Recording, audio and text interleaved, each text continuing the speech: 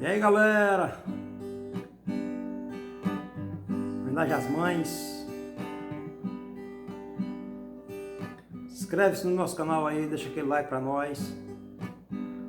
Uma alusão para todas as mamães, do meu Brasil. Pra minha mãe Lindaura, lá em Pedra Branca, na Paraíba. Para todas as mamães.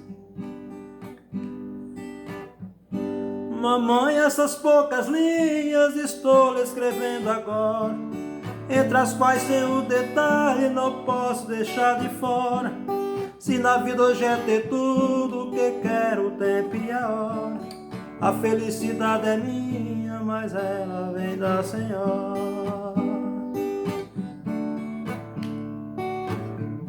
Eu não sou mais um menino, meu semblante transformou-se, mas a senhora até hoje me trata como se eu fosse.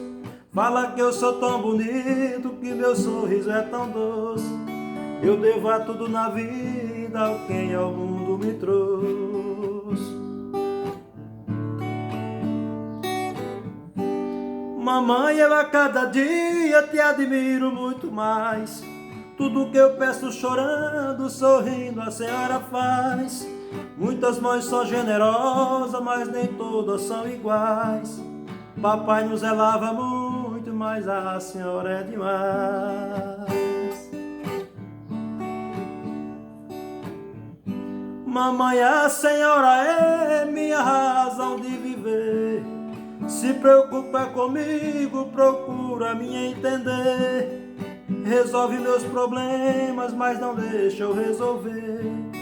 Mamãe, que será de mim quando a senhora morrer? Eu pela senhora tenho eterna gratidão. Só não sei se essas palavras confortam seu coração.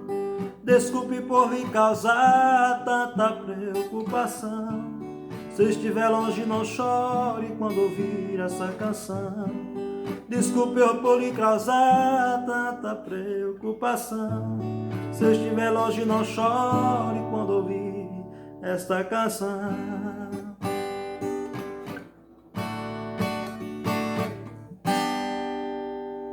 Maravilha, bom demais! Deixa aquele like pra nós. Se inscreve-se no canal, galera. Obrigado. Feliz Dia das Mães.